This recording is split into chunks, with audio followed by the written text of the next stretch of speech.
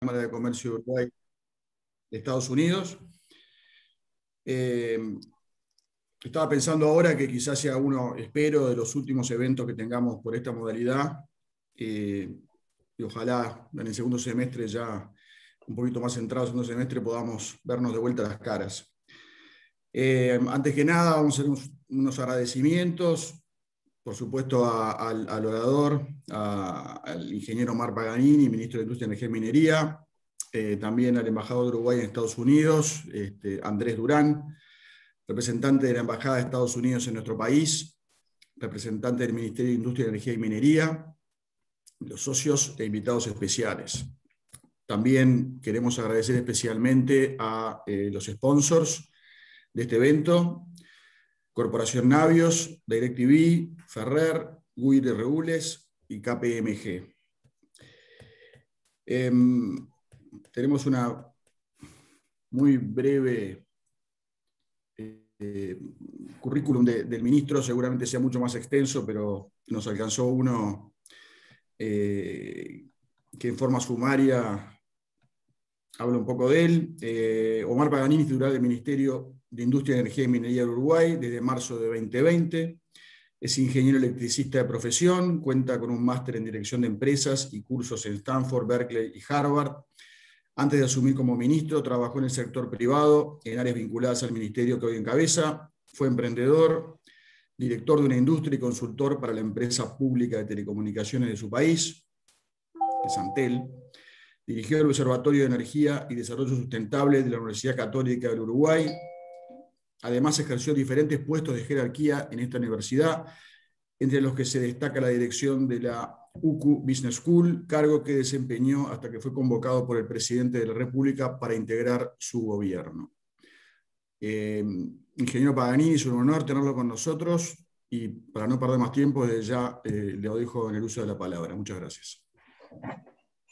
Bueno, también para comenzar, agradecer a la Cámara de Comercio de Uruguay y Estados Unidos por esta invitación y esta oportunidad de conversar con público destacado de este país, de los tomadores de decisiones, que siempre es importante y siempre es un desafío para un ministro presentarse frente a una audiencia así, por más que por suerte tenemos muchos amigos en la audiencia por lo que pude ver.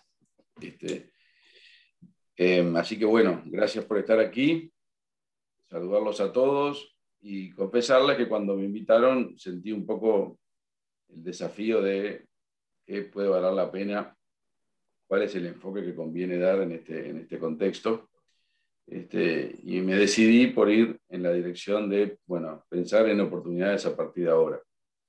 El gobierno nacional está muy convencido que tenemos que acelerar algunas cosas, tenemos que cambiar cosas y sobre todo tenemos que lanzar el país hacia el futuro después de esta situación tan complicada de la pandemia, que por suerte estamos empezando a ver la luz al final del túnel.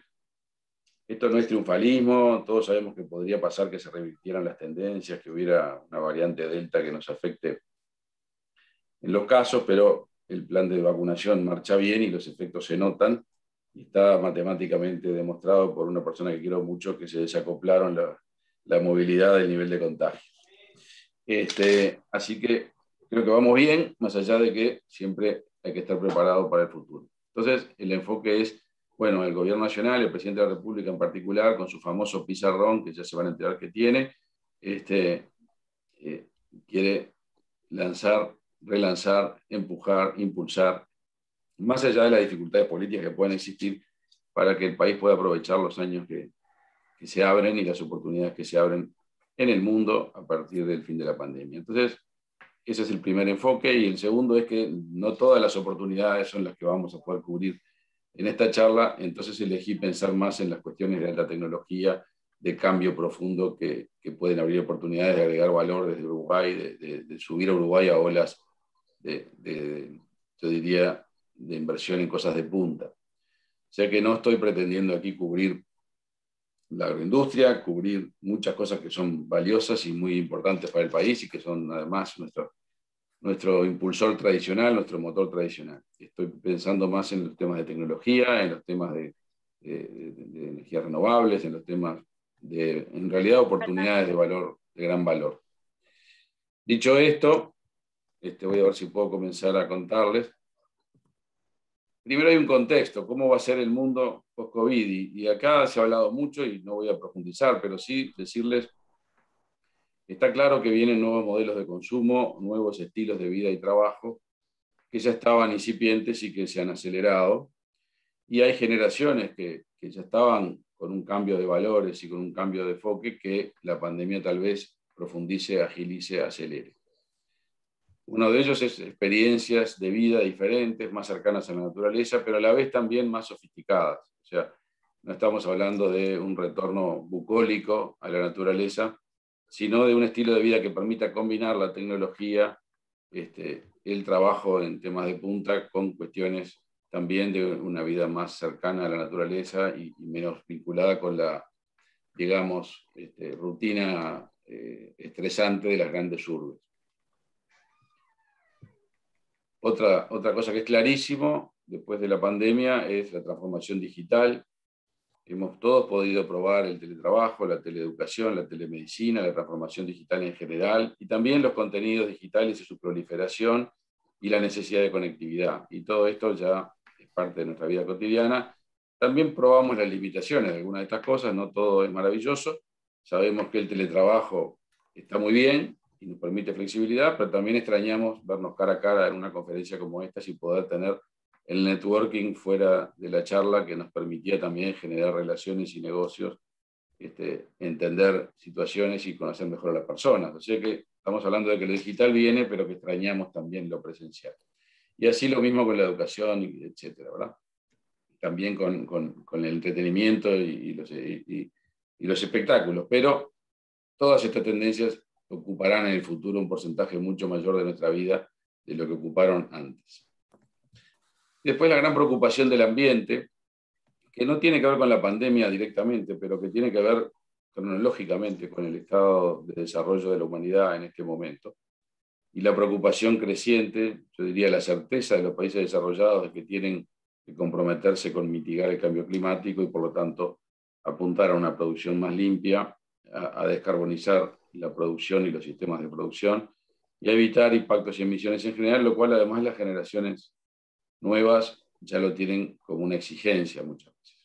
Entonces, este es el mundo en el que estamos entrando, donde estas son las cosas que debemos nosotros tomar en cuenta para ver oportunidades para el país. Claramente esto genera oportunidades para distintos sectores y lo genera, después entraremos un poco más en detalle, pero bueno, para hacerlo en forma esquemática, claramente el tema de la tecnología de la información y la transformación digital, tanto en la informática como en las comunicaciones, en la vida cotidiana, ahí hay todo un sector que claramente tiene oportunidades de desarrollo. Las ciencias de la vida y las biotecnologías, después profundizaremos, pero claramente el mundo y el estilo de vida y el estado de desarrollo de la medicina permite pensar en desarrollos cada vez más intensos en esta línea y además cada vez más interrelacionadas con la tecnología de la información también. Las energías renovables y la movilidad en general, ya lo hablamos antes, es uno de los objetivos de los próximos 20, 30 años. Y podríamos llamarle más que en general entretenimiento y ocio, nuevas formas de entretenimiento digital, donde la producción audiovisual es uno de los elementos, también los videojuegos y el entretenimiento y la realidad aumentada en muchos diversos aspectos tienen que ver con la nueva forma de entretenimiento de las personas, que es cada vez más importante en un mundo donde el trabajo va a cambiar su dinámica, y sobre todo el trabajo de la gente calificada, que va a ser más móvil, más nómade, pero también con horarios más flexibles, no necesariamente más chicos los horarios, lamentablemente, pero donde este tipo de cosas de qué pasa con el rato de ocio y de entretenimiento es importante. Y además genera toda una industria disruptiva. Entonces, estas son las áreas donde pensamos que hay oportunidades. Y finalmente, en este mundo extraño que sucedió después de la pandemia, quedó claro que Uruguay tenía algunas ventajas y empezaba a ser percibido como un país vivible, como un país atractivo, por la posibilidad de vivir de una manera, yo diría, de mayor calidad de vida que otros similares a nosotros. Entonces, pensamos que las oportunidades a las que queremos enfocarnos están aquí, en estos 5 temas. Y sobre ellos profundizaremos tanto en ver dónde estamos parados, ver los desafíos que se presentan desde ahí y ver entonces una posible estrategia. Y esa es la trayectoria que les propongo para hoy, y por ahí avanzaremos. Primero que nada, está claro que la transformación digital es un campo ilimitado, con enormes oportunidades en todo el mundo. La demanda es mucho más que la oferta y incluso el mundo avisora la posibilidad de que la posibilidad de suplir esa demanda sea muy difícil en la medida en que cada vez hay más posibilidades de utilización de la tecnología digital y las capacidades de producción para satisfacerla demoran más que la demanda en desarrollarse, demoran porque requieren formación de personas, requieren implementación de infraestructuras. Uruguay en esto está bien posicionado y hay en el mundo, anticipamos una oleada post-COVID de inversión en soluciones digitales, donde Uruguay ya venía con su trayectoria, y después hablaremos de eso, bien posicionado y puede aprovechar. Y por otro lado, esta inyección de liquidez que hicieron los países desarrollados durante la pandemia en los mercados para intentar mantener niveles de actividad razonables, también genera una alta disponibilidad de fondos para inversiones en emprendimientos tecnológicos a nivel global. Entonces, esta es la oportunidad que vemos en la transformación digital.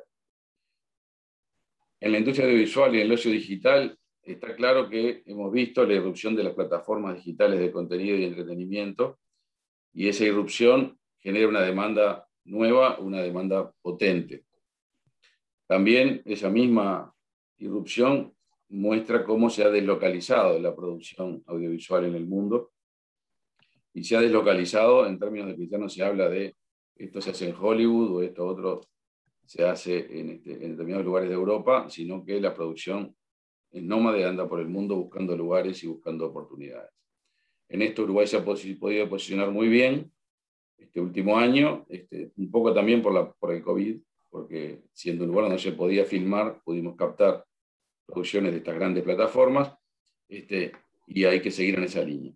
Y finalmente, no hay que olvidarse que para la gente bien joven, más que mirar películas o series, lo que el entretenimiento implica es el videojuego, y el videojuego online es un poco el futuro en términos de esta industria. El videojuego online se refiere a que la capacidad de cómputo y de información está guardada en otro lado y no en mi celular o en mi computadora, masivos, y ahí tenemos en Uruguay ya un desarrollo importante que podemos profundizar. Así que bueno, estas son las oportunidades que vemos en esta industria. Después están las oportunidades en ciencias de la vida. Está clarísimo que la medicina está cambiando mucho, está clarísimo que la mezcla de la genética, la bioinformática y la medicina pueden modificarse, pero también que hay aplicaciones en el agro, hay aplicaciones en la farmacéutica, básicamente relacionadas con la cruza de tecnología digital, mucha información, información que viene de la genética, información que viene de los registros, de las historias clínicas de las personas, la detección de padrones, la detección de tendencias anticipadas. Hay todo un campo de desarrollo que es la cruza de las ciencias de la vida con la tecnología digital.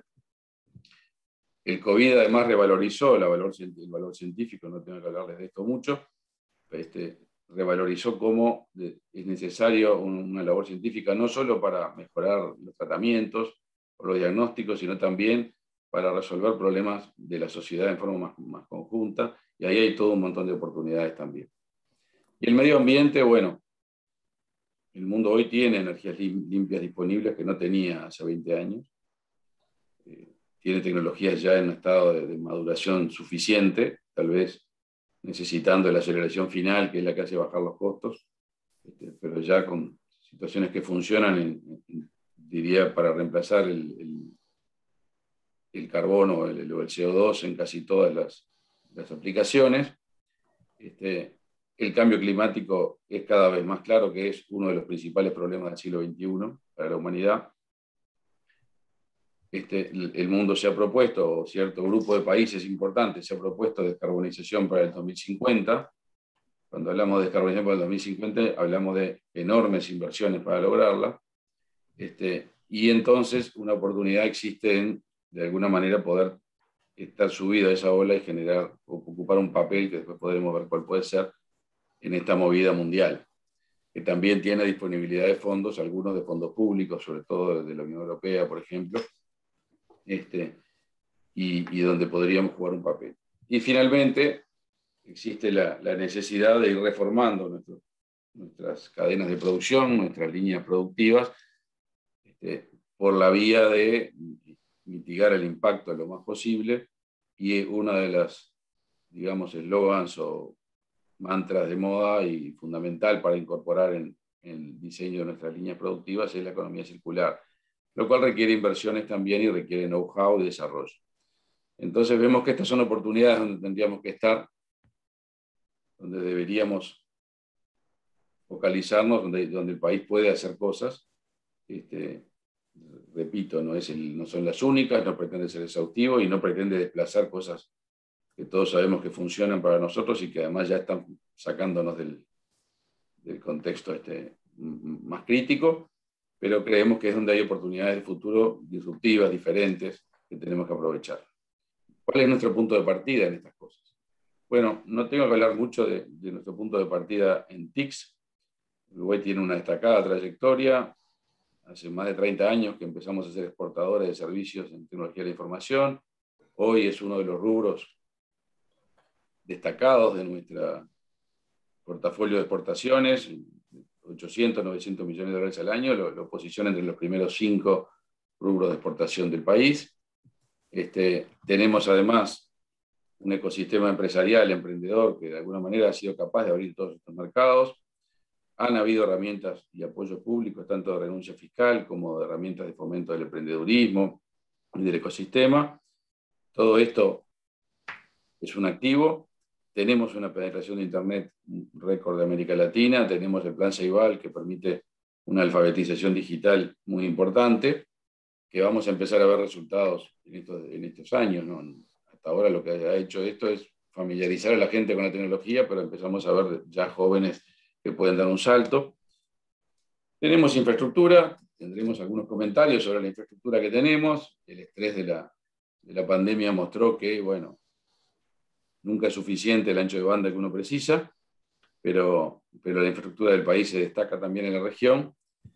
Y tenemos, tal vez el orden no fue el correcto, dentro del ecosistema empresarial uruguayo ya casos de éxito muy, muy destacados.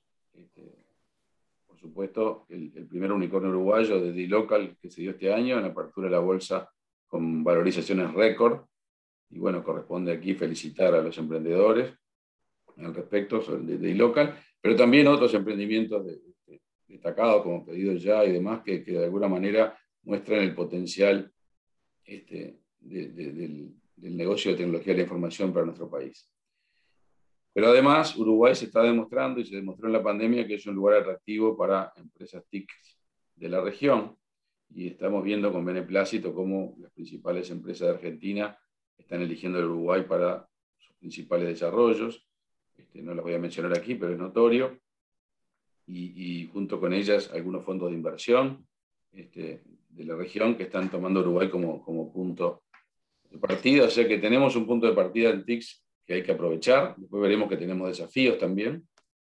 En energías limpias, bueno, tampoco quiero profundizar en lo que es lo que ya sabemos todos. Uruguay realizó su primera transformación energética en la reforma de la generación eléctrica, una transformación energética que nos ha puesto en un lugar destacado del mundo.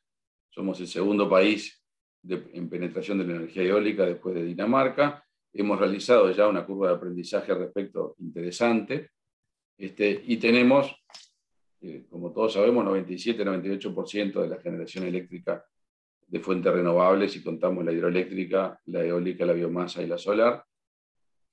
Y esto hace que seamos llamativos a nivel internacional y que se nos convoque para foros, para reuniones, para que contemos el caso. Entre casas sabemos que esta transformación tiene también sus bemoles, que ha generado algunos problemas en cuanto a costos y algunos otros tipos de desafíos. Por suerte estamos en un contexto, y esto ya me voy a un paréntesis menor, de alta demanda regional que estamos pudiendo exportar, y en ese sentido algunos de los problemas que tenemos están este año mitigándose un poco, pero lo cierto es que Uruguay en este tema ya tiene una trayectoria en su primera transformación energética, después hablaremos de la segunda. Y en ciencias de la vida lo que tenemos es una larga trayectoria en investigación relacionada con la biología, con la genética, con la medicina y también con la producción agropecuaria. Esa larga trayectoria en investigación es un activo que podemos poner en valor.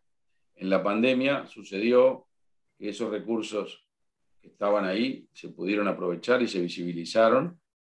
Veremos después que tenemos desafíos para ponerlos en valor también en términos llamémosle, de innovación y aparato productivo, pero en términos de que tenemos un activo importante de personas muy altamente capacitadas y de un sistema de investigación maduro, vale la pena tomarlo en cuenta como un punto de partida muy valioso.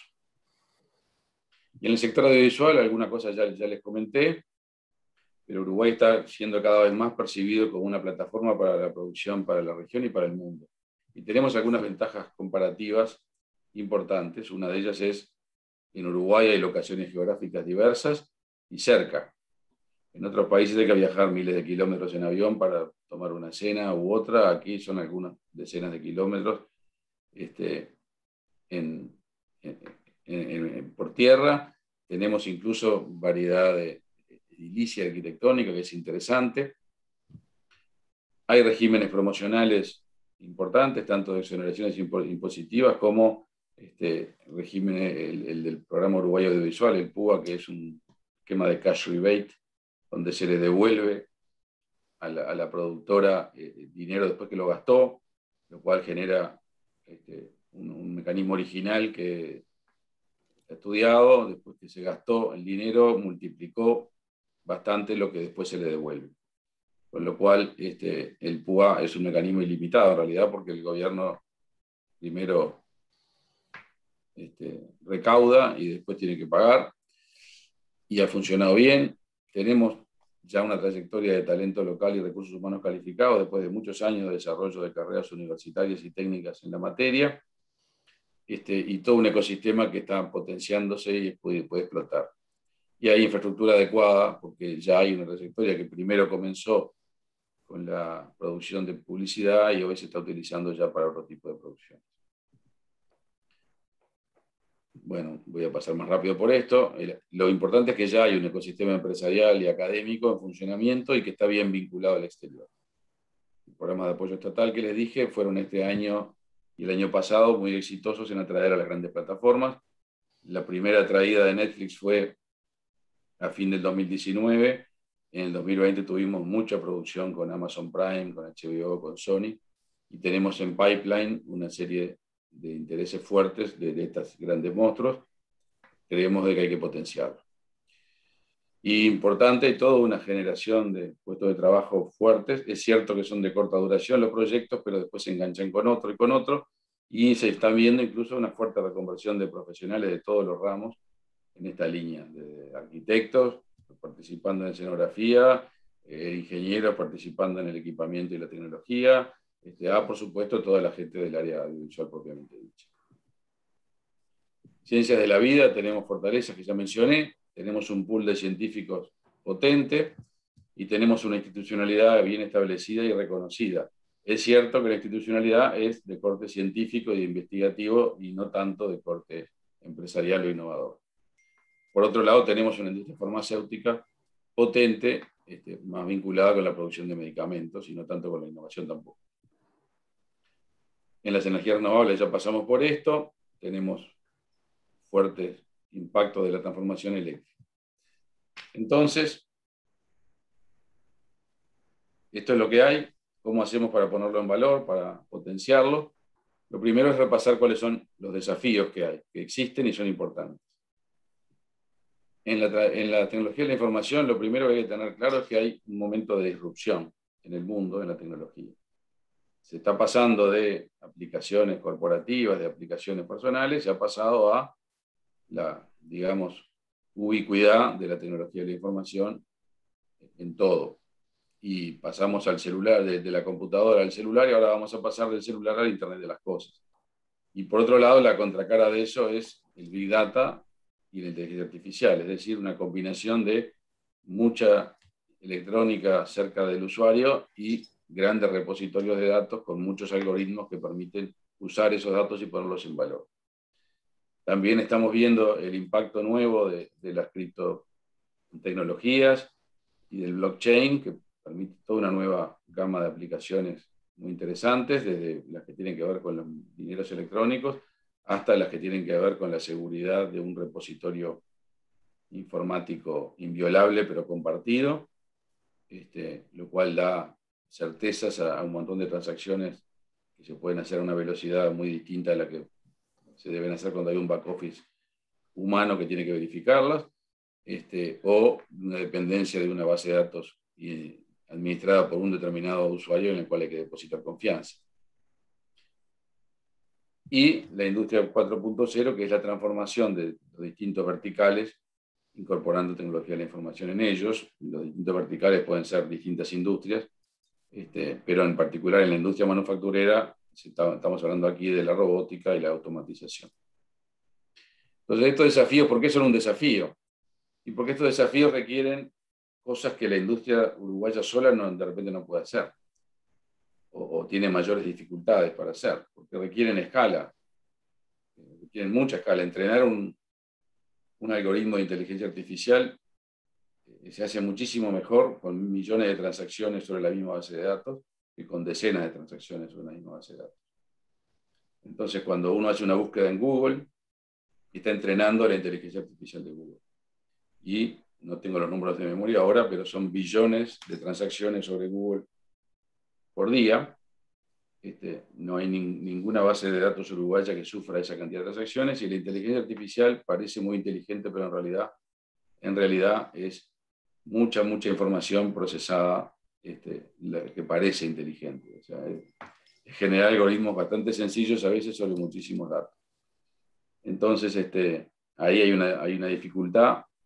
La otra dificultad es que cada vez más se trata de problemas interdisciplinarios. Cuando uno habla de Internet de las cosas, de lo que está hablando es de sensores, de hardware, pero también de gente conocedora del negocio donde se van a aplicar, también de asuntos de interfaz hombre-máquina y ergonomía, también de diseño y de marketing.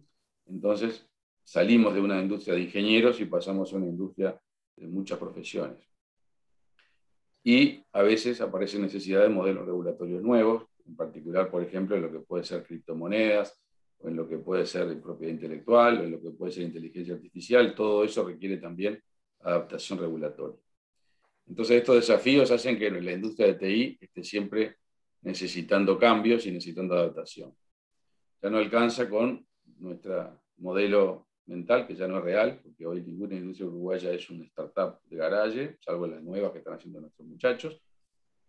Pero cuando yo era joven, con una computadora y un garaje, uno empezaba.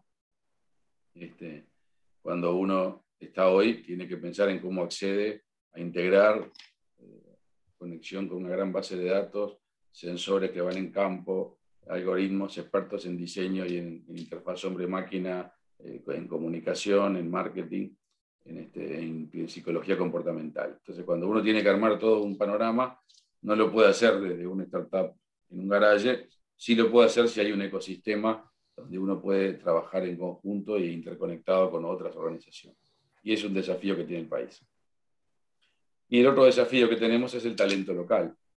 Que sabemos, estamos escuchando siempre a los empresarios del sector quejándose de la escasez de talento.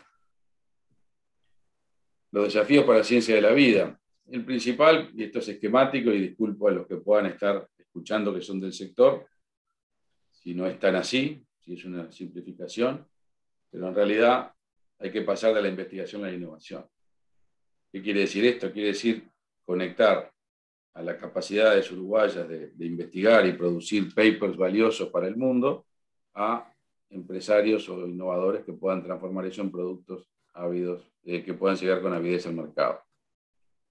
Y la pandemia mostró que es posible. Tenemos un par de ejemplos evidentes.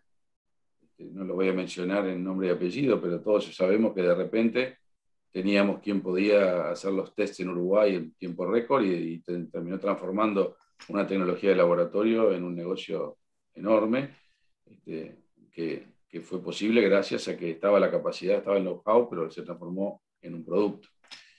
Y eso puede pasar en muchas áreas de ciencia de la vida, pero nos faltan algunas vueltas para que pase. Además, emprender en esta área es emprender a largo plazo o mediano plazo. La gente que hizo los tests llevaba 10 años con un emprendimiento, y de repente te encontró la oportunidad. Y eso requiere apostar e invertir, y los fondos que se captan tal vez son diferentes que los fondos que se captan para TI. Y entonces, en el fondo, cómo generar una cultura emprendedora adecuada para esta área es el desafío. Integrarse al mundo, integrarse también la ciencia de la vida con el mundo de la tecnología de la información es otro desafío, porque cada vez más la innovación en este capítulo viene vinculada con utilizar la tecnología de la información, ya sea en análisis de grandes volúmenes de datos de ADN o de poblaciones o de virus o lo que sea.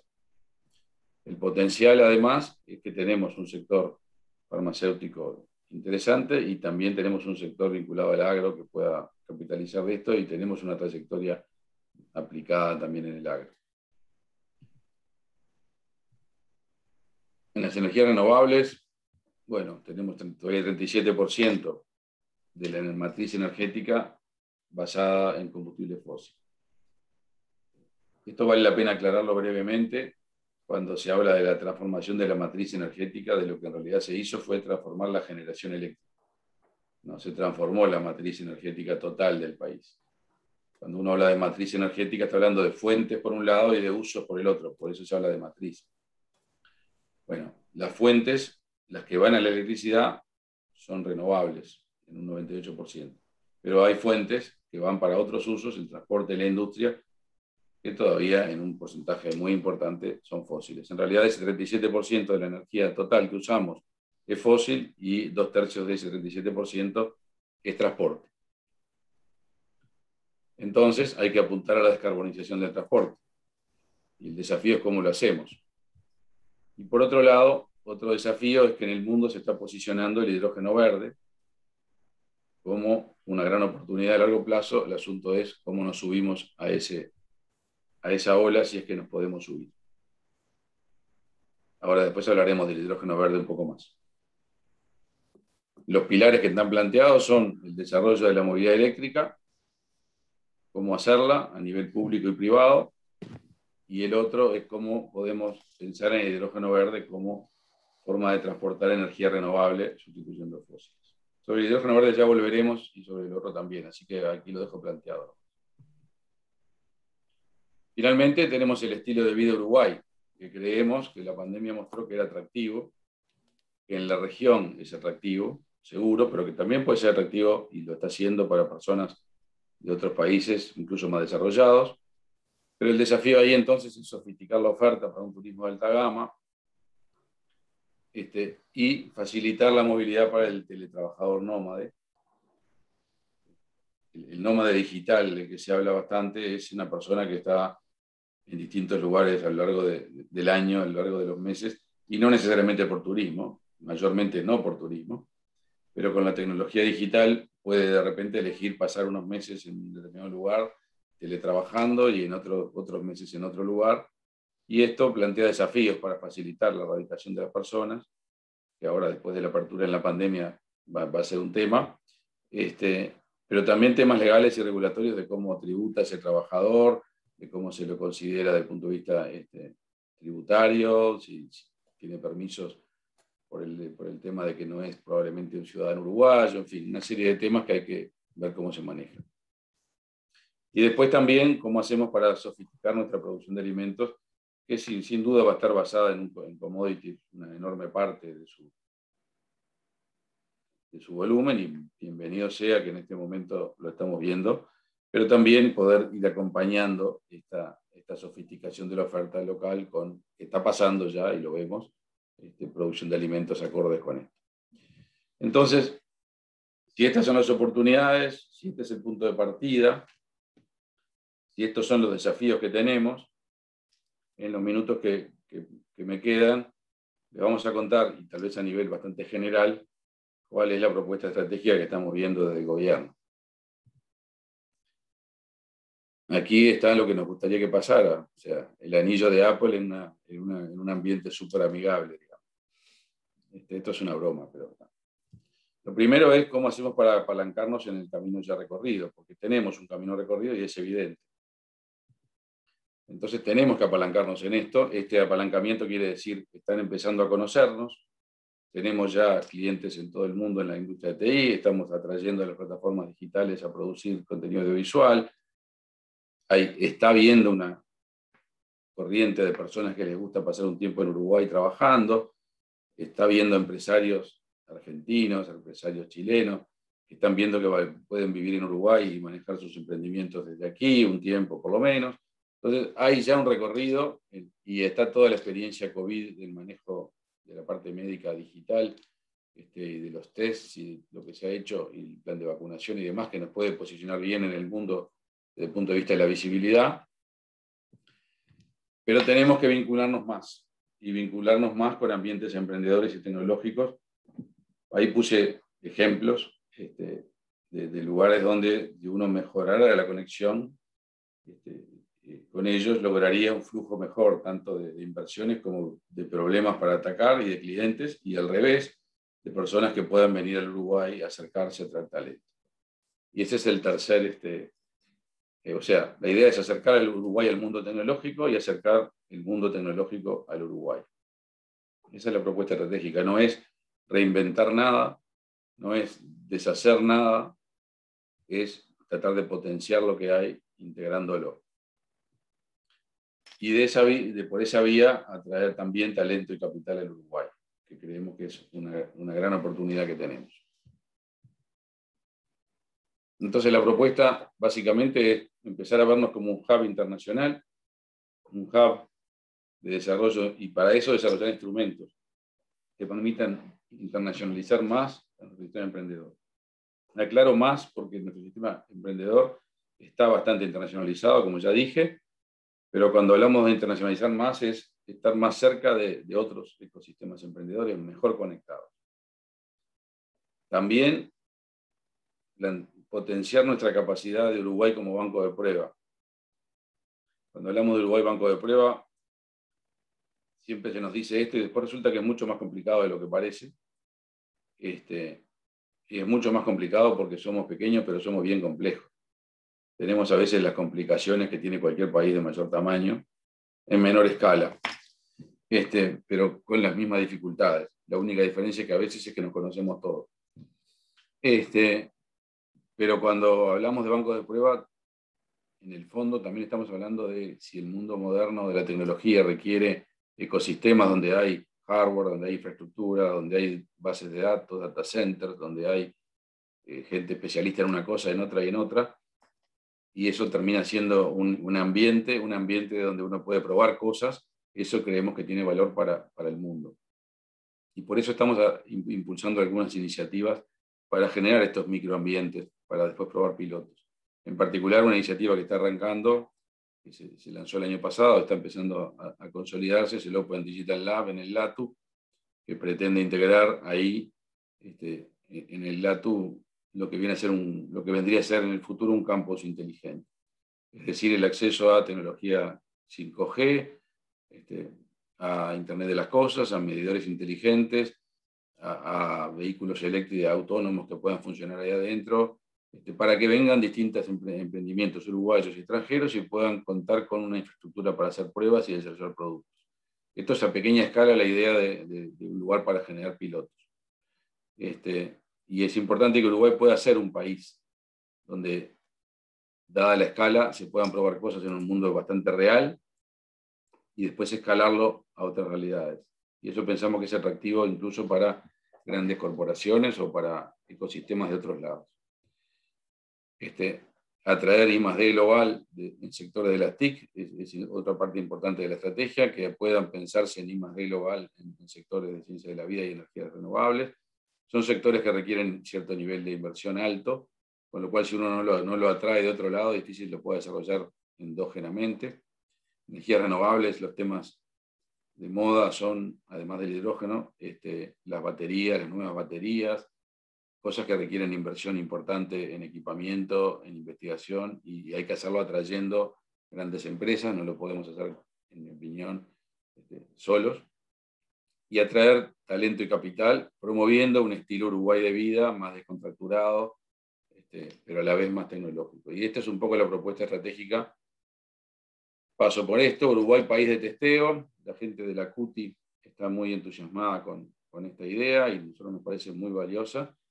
Testeo en un triple sentido, ya les hablé recién, de que haya un ecosistema para probar nuevas tecnologías, pilotos, pruebas de concepto en un entorno real. Testeo también de nuevos estilos de vida. O sea, usted está viviendo en New York y está como loco con 12 horas por día corriendo por la ciudad y tiene que viajar por todo Estados Unidos en avión. Bueno, pero de repente usted se instala en un lugar tranquilo como Punta del Este y tiene acceso por la tecnología a todo su trabajo y puede testear ahí una forma diferente de vivir. Y testeo también como lugar para producción de contenidos audiovisuales y digitales para el mundo. Entonces, esto nos parece que es algo valioso como concepto, digamos, de marketing país, a incorporar a las demás cosas que tenemos. No estamos acá en una pelea de consignas, digamos. En electromovilidad, la propuesta estratégica es incorporar vehículos de movilidad eléctrica. Para eso se incrementará un poco la renuncia fiscal que ya existe.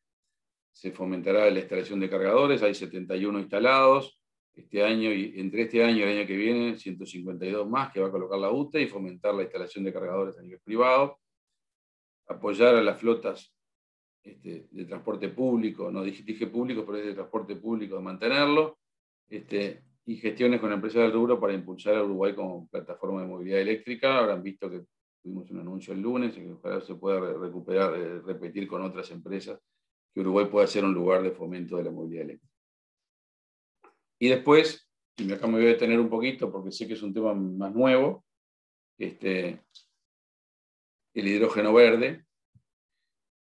¿Qué pasa con el hidrógeno verde? Si ustedes ven el dibujo que hay a la derecha, que no está muy bueno, porque está tapado por PowerPoint, si uno me pone en un eje la distancia y en otro eje el tamaño, la potencia, uno ve que para vehículos pequeños y autonomías relativamente pequeñas, lo que está en celeste es el transporte por batería, el auto 100% eléctrico basado en baterías. Pero cuando uno va a vehículos más grandes y distancias mayores, el problema que hay con las baterías es el espacio que ocupan y la autonomía que se logra. Si uno quiere mucha autonomía, y normalmente en el transporte de larga distancia se requiere, precisa baterías demasiado grandes que pesan demasiado para el vehículo, ocupan demasiado espacio. Entonces ahí está el hidrógeno como lugar de preferencia, una de sus grandes aplicaciones. Y la otra gran aplicación es en sustituir combustibles fósiles en la industria. ¿Qué consiste esto? Consiste en tomar agua, aplicar electricidad para electrolizar el agua y generar hidrógeno y oxígeno. El hidrógeno se combina con un carrier, que es un químico, y después, al llegar a destino, se recupera el hidrógeno y se vuelve a generar la electricidad. Ese es el proceso del hidrógeno verde. ¿Por qué verde? Porque la electricidad debería ser renovable, y entonces lo que hacemos es empaquetar en ese hidrógeno, empaquetar energía renovable y poder trasladarla. Y eso es lo valioso de esto en una parte. También el hidrógeno puede usarse para otras cosas. A eso se le llama Power to X, es decir, energía eléctrica renovable para hacer hidrógeno, y el hidrógeno después para muchas otras cosas. Por eso X. Hidrógeno para sustituir combustibles, hidrógeno, por ejemplo, gas natural, se puede ir reemplazando con hidrógeno en parte. Hidrógeno para industria química, hidrógeno para generar acero en vez de carbón, hidrógeno, por eso X, diversas aplicaciones. ¿Cuál es la idea de esto? Ir eliminando de a poco los combustibles fósiles. Y este es el camino en el que está embarcado Europa. También con el hidrógeno y aceite vegetal se puede lograr aceites vegetales hidrogenados, que son un sustituto perfecto del diésel, por ejemplo, del gasoil.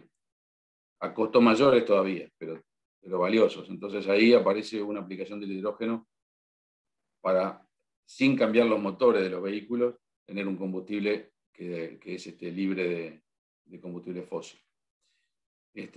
para hacer agroquímicos. Bueno, todo esto es la ola del hidrógeno verde en el mundo. Es un desarrollo global, es un desarrollo a mediano y largo plazo, no es un desarrollo para el año que viene.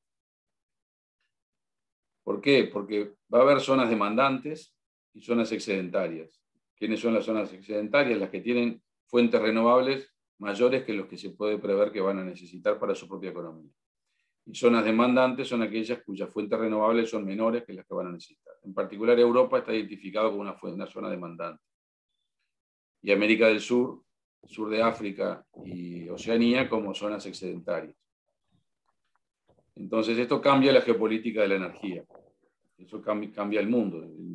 La energía del mundo hoy viene de Medio Oriente, de algunas zonas del Mar del Norte, de Noruega, de Estados Unidos, entre otros, ¿no? Venezuela. Bueno, ahora resulta que podría pasar que la energía del mundo fluyera desde el sur al norte y cambiando bastante la geopolítica. Pero claro, esto es una transformación de largo plazo.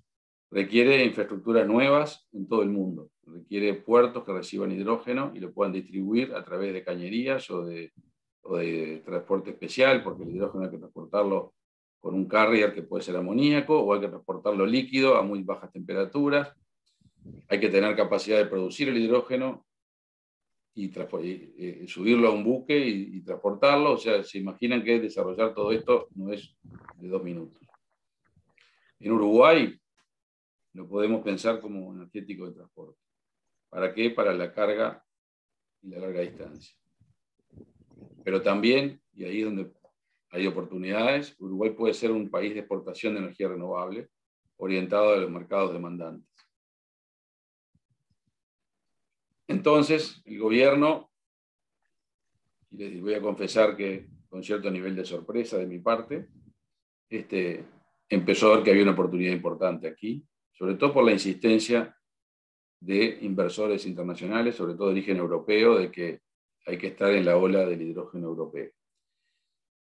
El gobierno decidió entonces trabajar en 2 direcciones. Por un lado, con pilotos de hidrógeno verde, lo que se llama H2U o hidrógeno Uruguay, y por otro lado, desarrollando una estrategia país a largo plazo.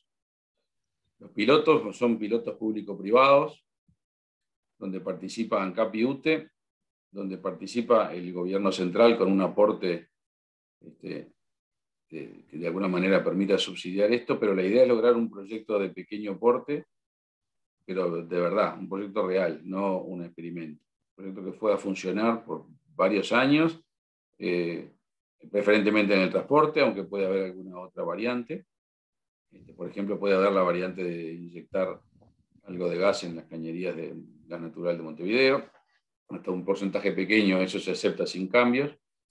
Pero en el transporte, por ejemplo, con una flota de 10, 15 vehículos que puedan transportar carga agrícola o puedan transportar pasajeros de larga distancia. Entonces, eso estamos dándole forma mediante un data room que comenzó en marzo y próximamente va a haber un pliego y traemos la licitación, aunque va a ser un llamado a consorcios que se hagan cargo del negocio por completo y que lo que vamos a licitar es el apoyo estatal a eso.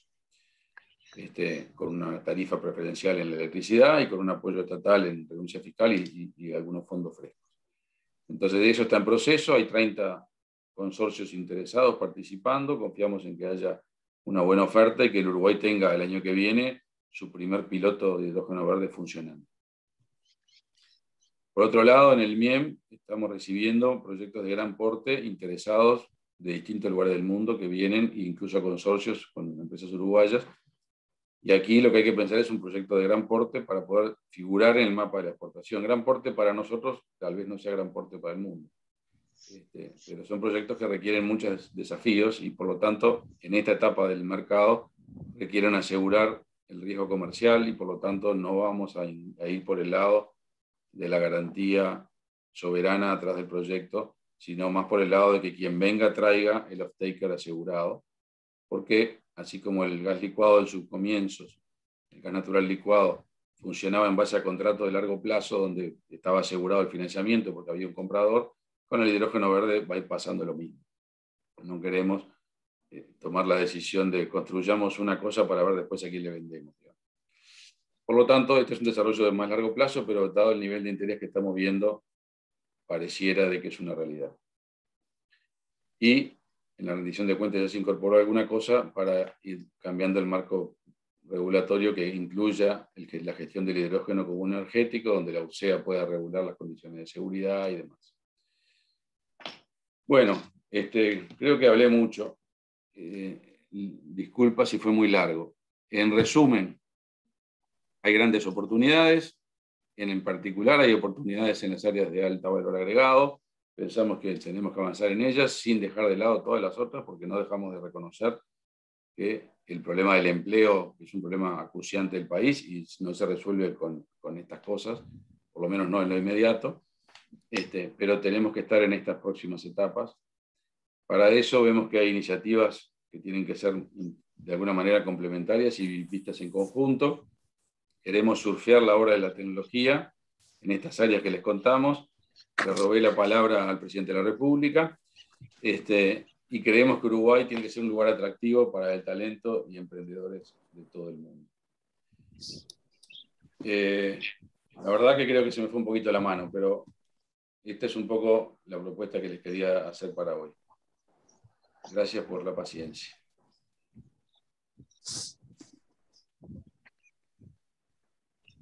Excelente, ministro. Muchísimas gracias por la presentación. Bueno, tenemos entendido que podemos hacer algunas preguntas, así que abro al piso para que quien quiera levante la mano y formule la pregunta que quiera al ministro.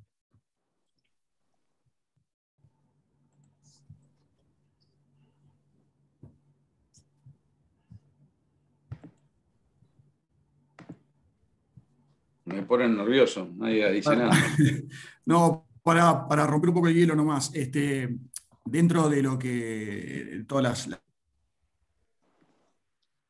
la cantidad enorme de cosas que mencionó en su presentación, ministro, estaba alguna que no es novedosa, pero que sí creo que es muy importante para poder desarrollar casi todas las actividades que usted hacía referencia, que es la tecnología 5G, ¿no? Que hace mucho tiempo que venimos hablando del tema y a veces queda en la nebulosa en qué está el tema, también con temas geopolíticos vinculados que no me interesa meterlo a usted en ese baile.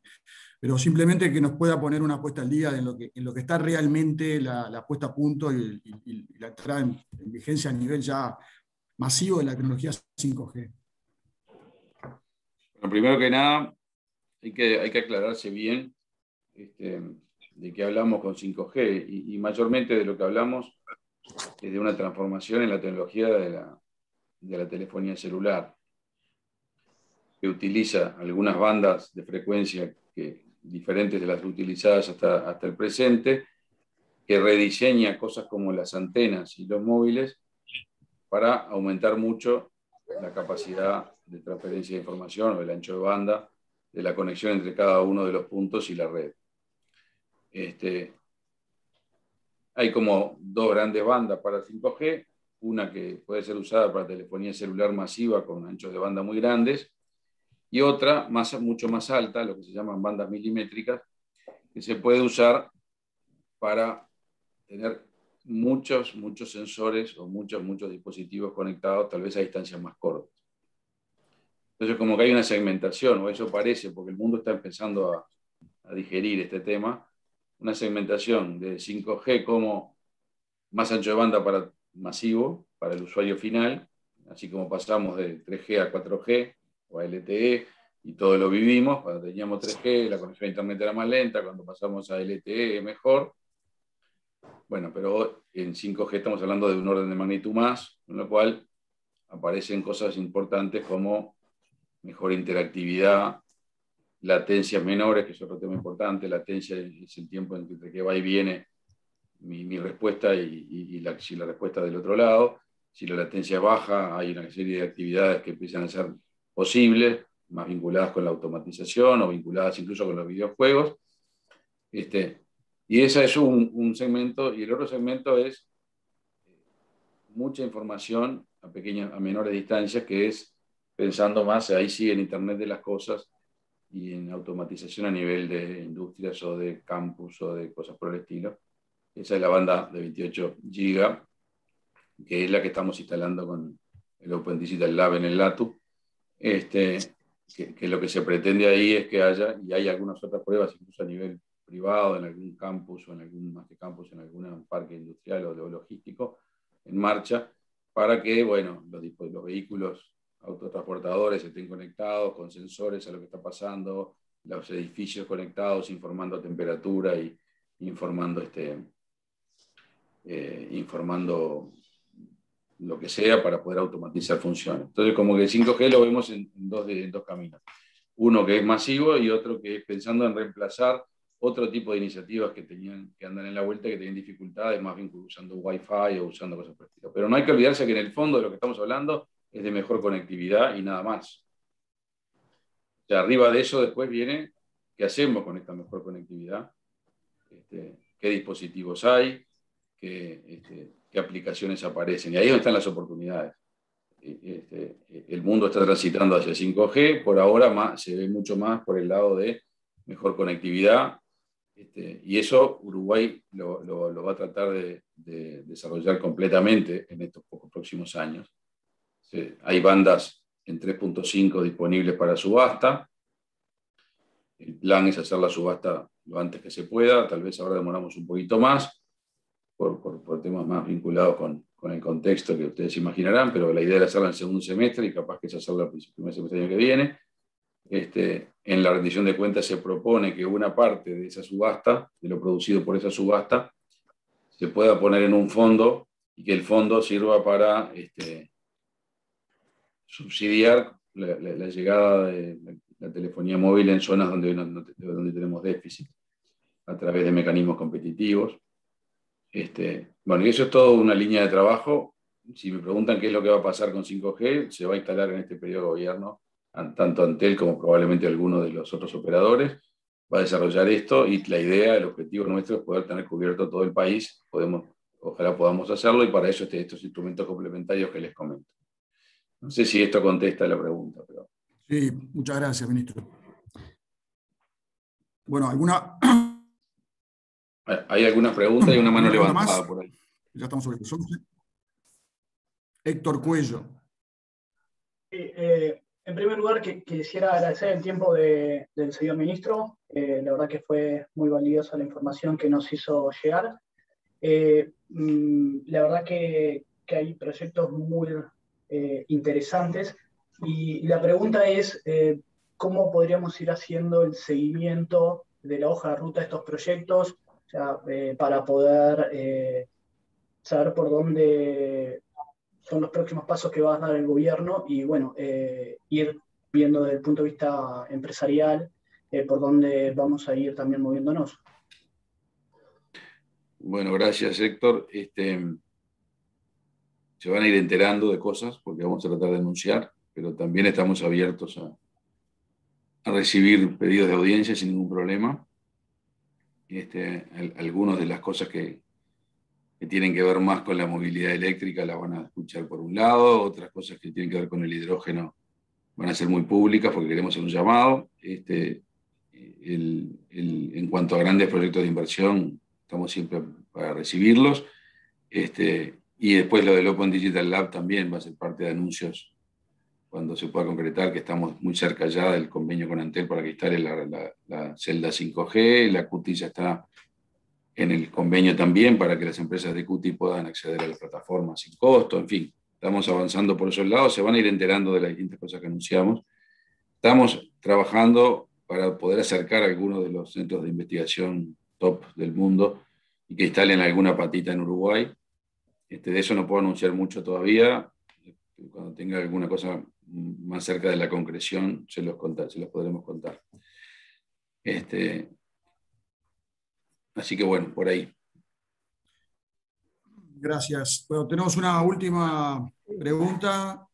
Veo la mano de Sebastián, levantada. Gracias, Haroldo. ¿Cómo andás? Aquí que Shikenda lo vamos a dejar preguntar también. Adelante. Yo primero, después le doy la palabra a Enrique. Tantos años. Ministro, solo una pregunta respecto al hidrógeno verde. hemos visto o escuchado por lo menos al ministro Heber cuando era ministro de Transporte y bueno, y Alfie desde la OPP, criticando un poco lo lento que fue el financiamiento de obras públicas, sobre todo a través del mecanismo del PPP. Respecto al hidrógeno verde, y usted lo mencionó, que van a ser necesarias muchas obras para hacer esto de una realidad de mediano y largo plazo. ¿El Estado está interactuando con potenciales financiadores o por lo menos con los actores que normalmente están aquí en el país, justamente para tratar de aceitar la bancabilidad de los proyectos que se vienen? Sebastián, espero no tirar un balde de agua fría, pero la verdad de la milanesa es que el Estado no quiere construir otro Vasallago con el hidrógeno verde. Por eso fue claro respecto de que no vemos proyectos de gran porte exportadores con garantía soberana o con PPPs. Más bien lo que queremos es, y es lo que está pasando, que vienen gente que tiene el off-taker y tiene el riesgo comercial asegurado. Lo que puede hacer el Uruguay es exonerar y sí apoyar en la obra pública que haya que hacer vinculado, por ejemplo, con puertos, por ejemplo. Ahí sí tenemos que involucrar fondos públicos probablemente. Pero no queremos proyectos donde decimos vamos a construir nuestra terminal de generación y exportación de hidrógeno verde para después ver a quién le vendemos, porque eso, para el porte que tienen las obras estas, estamos hablando de portes realmente, para darles una idea solamente, una escala razonable de producción de hidrógeno verde es 1 gigavatio de energía eléctrica. El promedio uruguayo de consumo diario de energía eléctrica es 1 gigavatio con 2. O sea, un proyecto solo es duplicar la energía eléctrica del Uruguay. ¿Ah? Y además de eso, la red de transmisión y el puerto, y la planta hidrolizadora y el carrier. Cuando hablo de carrier, hablo de con qué se combina el hidrógeno para transformarlo en un producto transportable. Amonio, bueno, sí. Amonio o LOHC, o sea, solventes líquidos, digamos, orgánicos.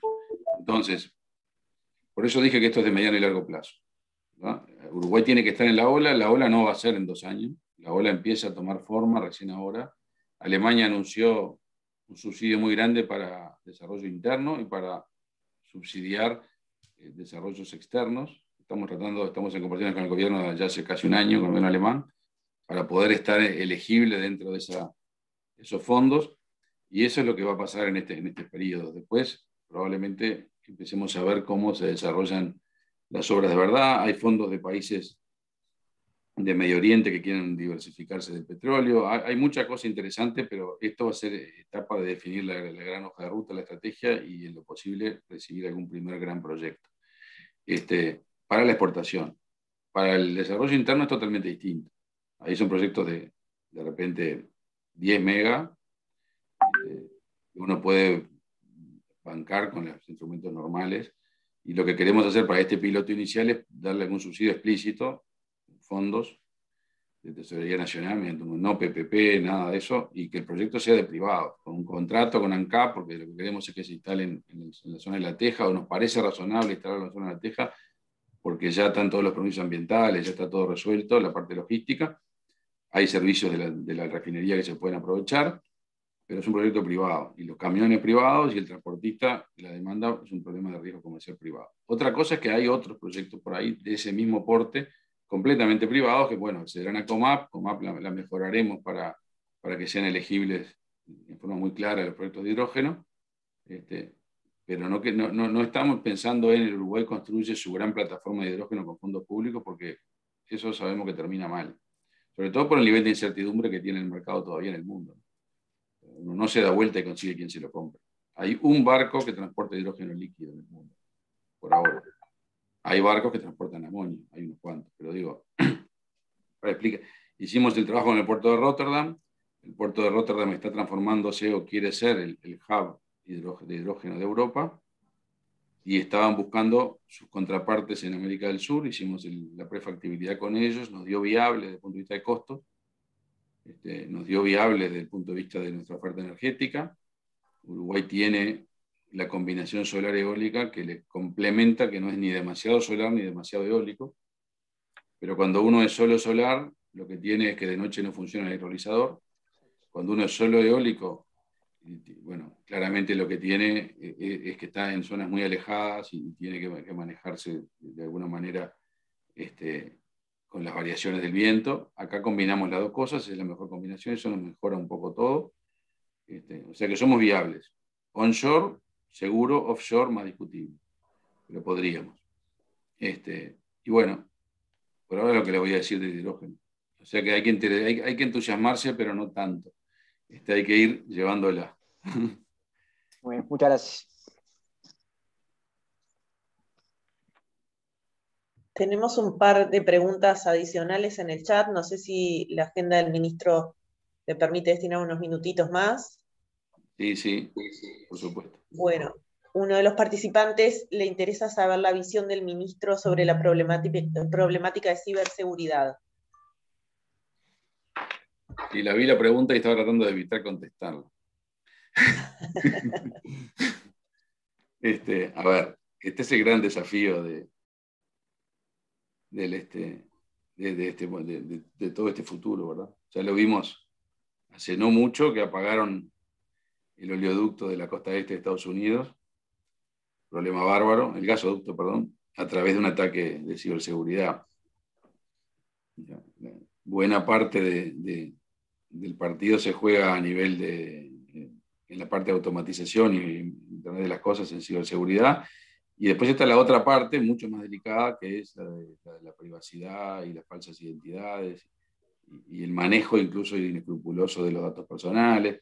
Bueno, Uruguay tiene un marco legal razonable, pero tenemos que avanzar en desarrollar capacidades. A nivel de AGESIC hay bastante camino recorrido, pero hay que ir más allá. Y yo le diría a cualquier proyecto de estos, hoy uno de los elementos críticos es, bueno, cómo van a manejar la ciberseguridad. Las herramientas están. Nada es perfecto, siempre puede haber alguna puerta de ataque por algún lado, pero se puede mitigar. Pero bueno, no, lo que pasa es que estamos acostumbrados a proyectos donde la ciberseguridad era, bueno, después que lo hicimos, vemos cómo hacemos la seguridad. Y hoy tiene que estar diseñado desde el principio. No sé si contesté la pregunta, pero bueno. Había, creo que dos más, ¿no? Yo quería decir una cosa, si hay un minuto. Adelante. Ministro, lo que yo quiero plantear es algo que usted ha hablado siempre de tecnología y bueno, un mundo fabuloso que se viene por delante, pero yo desde mi empresa estoy en la otra punta. Para mí, para poder desarrollar todo esto, tenemos que cambiar la mentalidad de la gente uruguaya. Ni que hablar del Estado ballista y el empleo público, pero me voy a mucho más, y dentro de mi gente y la facultad no prepara para esto, en generar la necesidad de curiosidad, de emprendedurismo, de apertura al conocimiento, a la innovación, salir de la zona de confort. Si no, todo esto se va a quedar corto el país a la hora de generar esos talentos, y ahí es donde vienen todas estas nuevas concepciones del coaching ontológico y todas esas nuevas modalidades que aplican empresas del primer mundo y tecnológicas precisamente, Apple, Microsoft y demás, que complementan o que empresas tecnológicas aplican a su gente, y ya hablo no solo a sus empleados, sino a las generaciones que vienen, dotándolas de estas habilidades.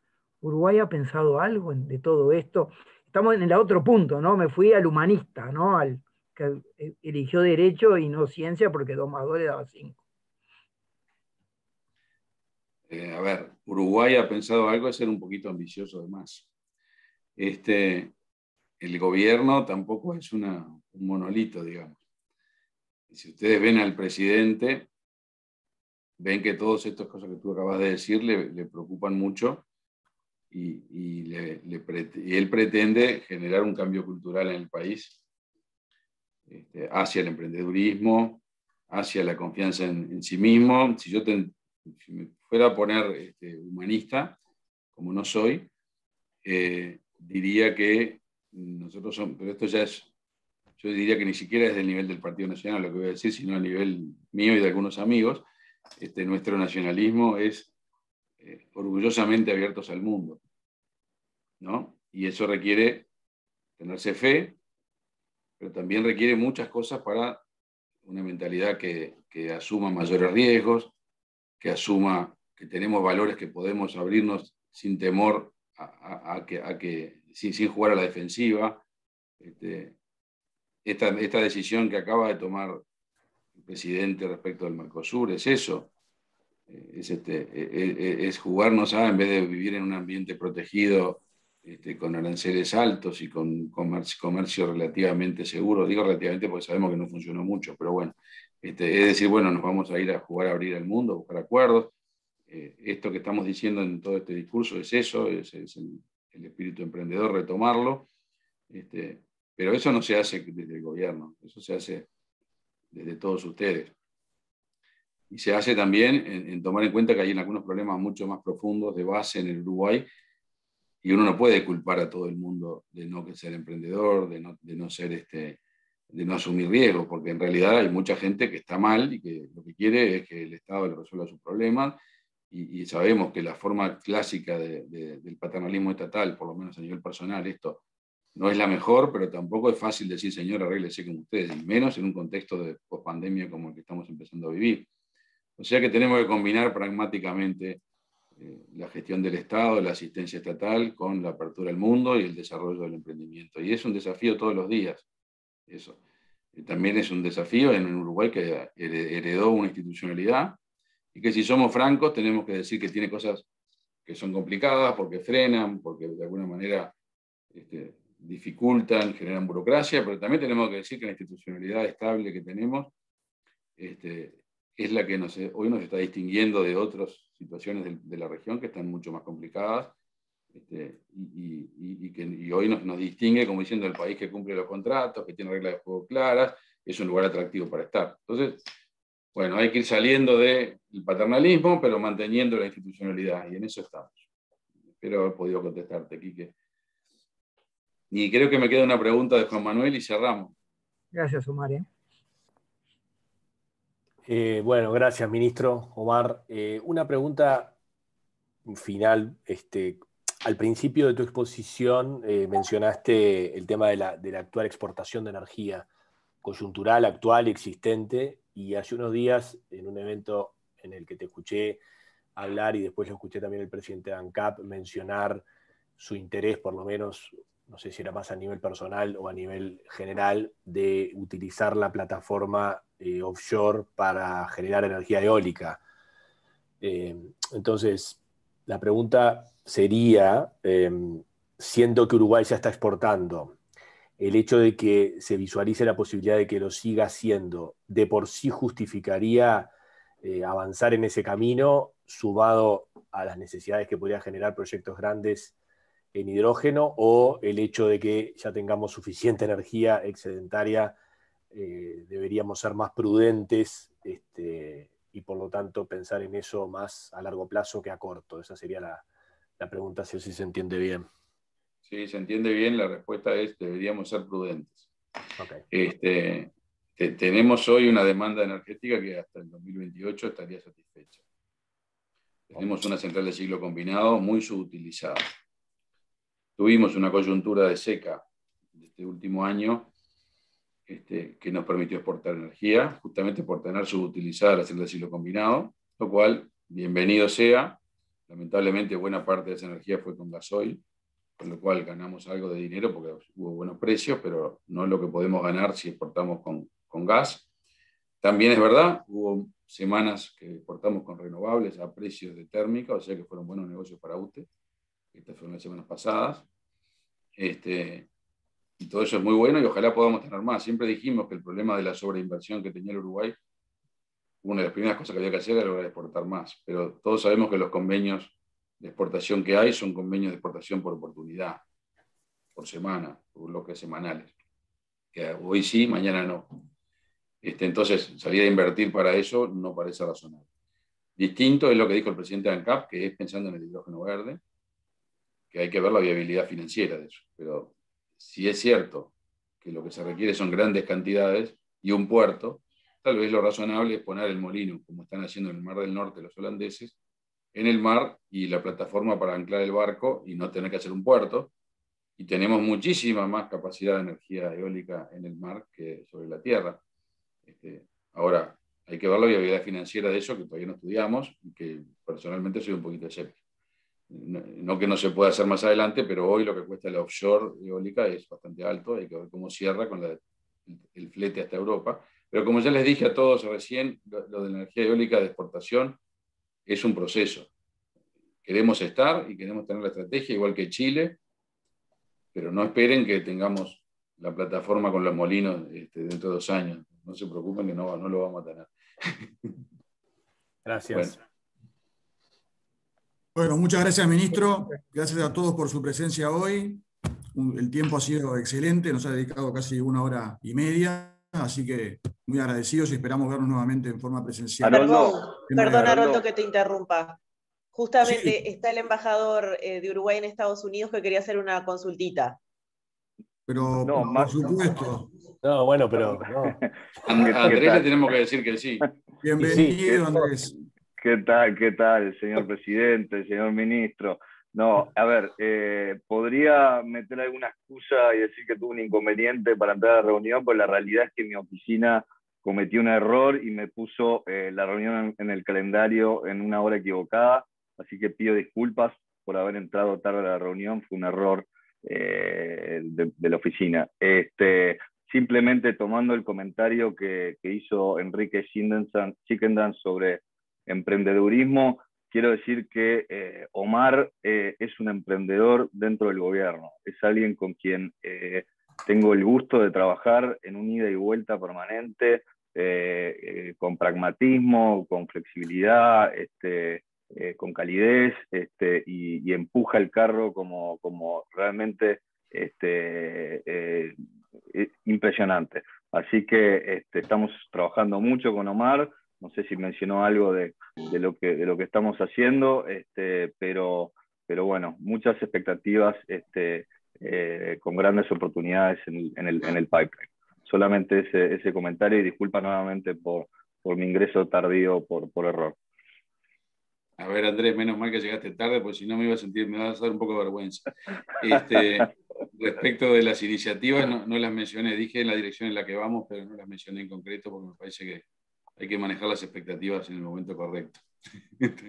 Dije sí, que es lo que estamos queriendo hacer juntos, que es, no te mencioné a vos, así que disculpa. Buena parte de lo que dije de atraer centros de excelencia del mundo al Uruguay es en alianza con Andrés, que está recorriendo Estados Unidos como un león y en contacto con las principales plataformas y empresas tecnológicas de Estados Unidos. Así que esto está arreglado porque él viene y me alaba a mí, yo lo alabo a él. Y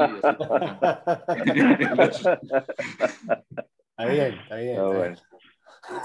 Nada más. Gracias, hermano. Gracias a los dos y Magdalena.